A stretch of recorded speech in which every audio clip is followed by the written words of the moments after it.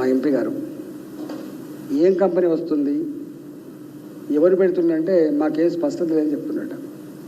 అంటే కలెక్టర్ గారికే ఇక్కడ ఏ కంపెనీ వస్తుందో ఎవరికి ఇస్తుందో తెలియదట. తెలియదు మరి వాళ్ళ కుటుంబ సభ్యులకు ఇచ్చుకుంటుండ్రా. రాజావారు కదా అధికారం ఇచ్చింది కదా, ప్రజలు అధికారం ఇచ్చింది ప్రజలకు మేలు చేద్దామని కాదు కదా. ప్రజల మీద దౌర్జన్యం చేయాలి, ప్రజల భూమిని గుంజుకోవాలి, ప్రజలను కన్నీళ్ళు పెట్టించాలి, వాళ్ళు ఏడుతుంటే వీళ్ళు సంతోషపడాలి.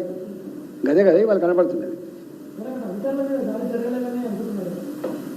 ఇప్పుడు నేను చెప్పడం కాదు, నా మీద దాడి జరగలేదని చెప్పి స్వయంగా చెప్పిన వ్యక్తి కలెక్టర్ గారు. ఇక కలెక్టర్ గారు చెప్పిన తర్వాత ఇంకేమిటి చెప్పండి. దాడి జరగలేదని చెప్పి కలెక్టర్ చెప్పిన తర్వాత అర్ధరాత్రి పూట 1500 మంది పోలీసులు గ్రామాల మీద దాడి చేసేందుకు ఎందుకు మొత్తం ముసలిని తప్ప అందరిని పట్టుకపోయిండ్రు, రాత్రి అంతా కూడా హింస పెట్టిండ్రు, హింసించిండ్రు, వేడిలేసి తీసుకుపోయిండ్రు, జైల్లో పెట్టిండ్రు, ఎందుకు చేసిండ్రో వాళ్ళకి తెలవాలి.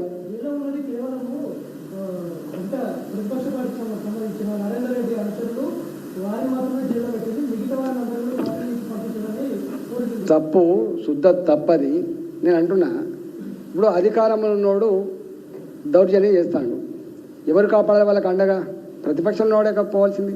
అయితే టీఆర్ఎస్ వల్ల పోవాలి, లేకపోతే భారతీయ జనతా పార్టీలో పోవాలి. టక్కన అందుబాటులో ఉంది కాబట్టి ఆయన పోయినట్టున్నది. నిన్న అందుబాటులోకి వచ్చింది కాబట్టి ఎంపీ గారు పోయినరు. మీరు ఎందుకు ఆపింది చెప్పండి.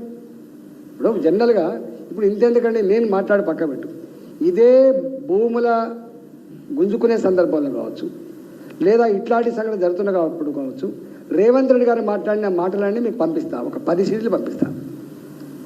ఇవాళ ఆయన ఏం చేస్తుండో మీరు చూడండి. తన్ని తరమండి అని చెప్పిండు ఆయన. ఇంకా భాష నా నోట్ల కొత్తలేదు, మంచి భాష కాదు అది. ఇవాళ అవునండి, నరేందర్ రెడ్డి గారు ఇప్పుడు నేను పోతా, మేము అండగా ఉంటాం, ఎవరితో చూస్తాం అనమా చెప్పండి, అనమా అండి? ధైర్యం చెప్పమా? అండగా ఉంటామని చెప్పమా అండి? నాయకులు చేసే పని ఏందండి? నాయకులు ఎందుకండి? ప్రజలకు ఏమైనా ఆపద వచ్చినప్పుడు, అధికారమే నేరమై దౌర్జన్యం చేసినప్పుడు ప్రశ్నించడానికి ఎవరు ఉంటారండి? ఎవరు ఉండాలి కదా. తప్ప గట్లయితే 100 సార్లు అరెస్ట్ చేయాలి రేవంత్ రెడ్డి గారిని. ఆయన అధికారం లేనినాడు ఆయన మాటలకు 100 సార్లు అరెస్ట్ కావాలి. మరి అయిందా? చేస్తారా?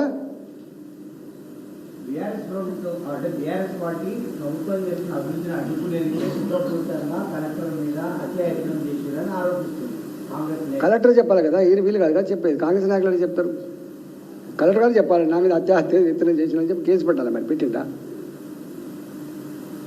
తర్వాత కలెక్టర్లతోటి మళ్ళీ ఒక తప్పుడు స్టేట్మెంట్ ఇప్పించి తప్పుడు కేసు పెట్టియచ్చు. కానీ కలెక్టర్ గారు చెప్పలే అట్లా.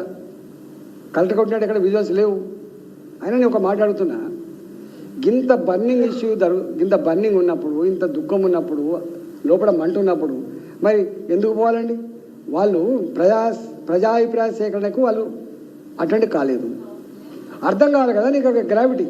నువ్వు మళ్ళీ ఎందుకు పోవాలి చెప్పండి? నీకేమో ఎవడిచ్చింది అధికారం? ప్రజాభిప్రాయ సేకరణ అంటే ఏంటండి? ల్యాండ్ అక్వైర్ చేస్తున్నప్పుడు ప్రజాభిప్రాయ సేకరణ తప్పకుండా ఉండాలి. వాళ్ళ కాన్సెంట్ లేకుండా గుంజుకోవద్దు, బలవంతం పెట్టద్దని కదా. ఒకవేళ వాళ్ళు ఈయనప్పుడు కన్విన్స్ చేసి వాళ్ళకి ఏమైనా మంచి ప్రత్యామ్నాయ మార్గాలు చూపించాలి కదా మీరు. ఇప్పుడు మేము వెనుకట భూములు అక్వైర్ చేస్తున్నప్పుడు 5,000 ఎకరం 10,000 ఎకరం ఉన్నప్పుడు 50,000 ఎకరం ₹1,00,000 ఎకరం పెట్టి తీసుకునే గవర్నమెంట్. అప్పుడు ప్రజలే స్వచ్ఛందంగా ముందుకు పోయినరు, మా భూమి తీసుకో అని చెప్పి. అవి ఓల్డెన్ డేస్. ఇవాళ మీకు తెలుసు, ఇవాళ రింగ్ రోడ్ ఉంది, నాది కూడా పోయింది 9.5 ఎకరాలు. నాకు ఆనాడు ఇస్తా అన్నది 8.5 లక్షలు, ఇవాళ 12 కోట్లు ఉన్నది. ఎవరికైనా దుఃఖం ఉండదా చెప్పండి?